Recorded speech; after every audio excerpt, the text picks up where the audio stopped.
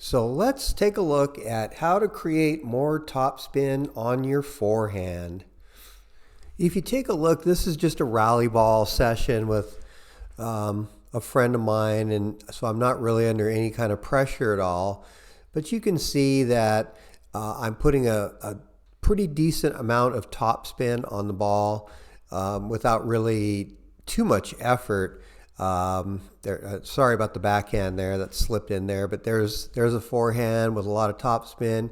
Here comes another forehand with a lot of topspin. So one more angle, one more view of a high ball, shoulder length or shoulder height, topspin forehand, and then here comes a more of a medium height topspin forehand, and then I just wanted to show you a couple rally balls. Now here in the slow motion is where you can see the topspin is being developed. So if you look here, we're getting a rally ball that's hit medium height. You can see the loading of the legs and the unloading of the legs where my body lifts off the ground slightly. You'll see it more in the next one where you'll see the split step come up right here. So you'll see a quick split step. Then we go into the unit turn. So my shoulder is now facing the net. As I start to drift back, the backswing starts. As I line up with the ball to strike it, I'm in the trophy pose here, the power position, if you will.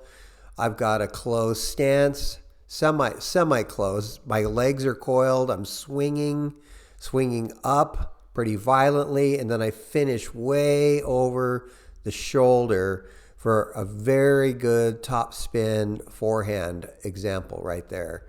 The ball comes back. We'll take another look.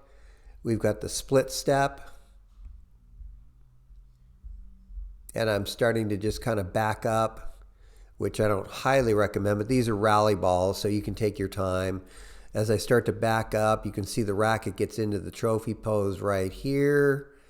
I start to coil the legs, do the knee bend right here, plant, backswing of the racket, arm extended. I come forward, the racket lag drops, and there's a complete finish above my shoulder.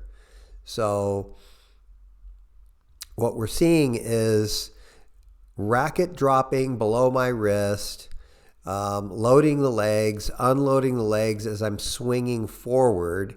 And here comes another example. This is more of a closed position because I'm running forward. You see the racket drop down low. I'm going to lift it as I'm running because I'm going to continue going forward on this play. Not a very good example of a volley, but I'm swinging through this as I'm running because I'm going to come up to the net. And I make my play right here. And this isn't a volley lesson, so don't pay attention to the poor volley. Sorry about that. And so that's what we want to look at today is how do we develop that swing? What are the steps to getting a really good, powerful topspin on your forehand? This will be from another angle here. We'll just take a look. You can see from this view, ready position here. We're in our ready position with our knees apart, our legs apart, shoulder width, maybe even a little wider. Here comes the split step here. So we're in the air as we get ready to take the forehand. There's a split step, there's the turn, unit turn here, arm extended, the racket will drop, meets the ball out in front, and then you can see that finish up above my shoulder, which is really the key to hitting a good topspin, is to get that really good finish. And then we'll take another look here. One more example. We get into our split step here. We're in the ready position. Now we're going to come out of the ready position. There's the split step. Here's the unit turn. The racket goes back. The opposite arm comes out for balance. The racket drops below the wrist. Swing upward. and a very big finish over the shoulder, over your opposite shoulder. The finish is very important to hitting that big topspin. So you've seen the ball hit from the closed stance. Here's more of the open stance, where again, I'm just tracking the ball. This is rally balls. So you can see the leg coming out to plant right here, go into a coil. This is a high ball. Nope, change it to a closed stance, swing through, finish more in a windshield wiper, more of a windshield wiper finish on the forehand, which is another option. We'll discuss how to do the windshield wiper in another session, but that is another way to hit the forehand with topspin, is using the windshield wiper. And then here we come forward again. This looks like a closed stance, coil out, contact, just a little bit late, but it's also a windshield wiper finish. So I think we've got one more look here in slow motion, and then we'll go through the key steps to hitting a good topspin forehand. This is the last example, I think. Okay, I'm starting the rally ball here. And again, you know, if you just go out with your friend and, you know, they can get balls back, this is a really good practice to work on, you know, work on your shots. These are just rally balls. They're not meant to move you around a lot. They're just meant so that you can make good contact and get a good feel of the ball, as opposed to maybe having your coach feed you or having balls, you know, drop balls. Rally balls are a lot of fun because you have a lot of time to set up your shot. And here it comes again. We got the backswing starting. The racket's going to drop here, come forward, weight shifts to the front foot, and then we drive through the ball. So that was a really good topspin example there, a topspin forehand. We've just watched how to produce spin on your forehand in real-time action, meaning that the speed is just normal speed. We've also seen it in slow motion, and now we're going to do the mental imagery part of the shot, and we're going to look at each individual key area of producing spin on your forehand. Starting with the ready position, we will look at the split step and the unit turn. We will get into the trophy pose of the forehand. We will look at how to get into the closed stance to generate power and spin. We will look at transferring your body weight to the front foot, the racket head transitions from closed to contact, ball contact in front of your body, and then after contact, how do you finish your swing to ensure you get the brush up? Let's look at the ready stance. The knees are slightly bent, feet shoulder width apart. The racket is in the forehand grip.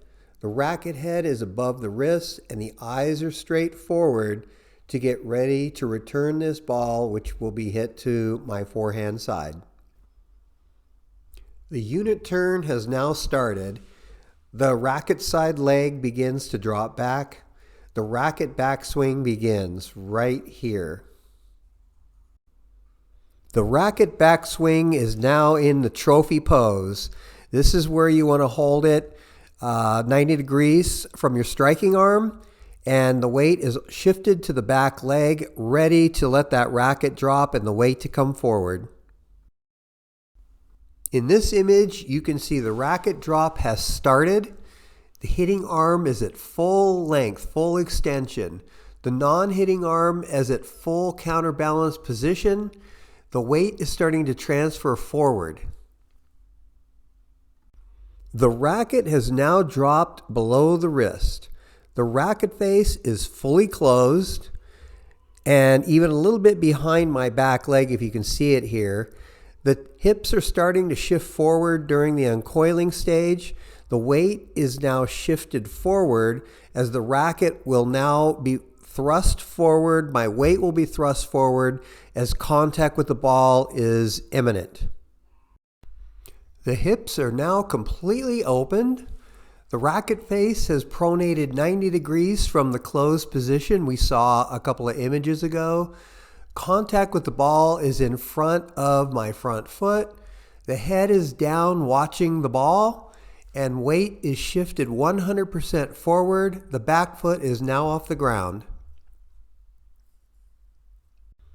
Contact has been made. The racket is still laid back on the wrist. The racket is brushing up the ball at a very high rate of speed to cause the ball to have a lot of topspin.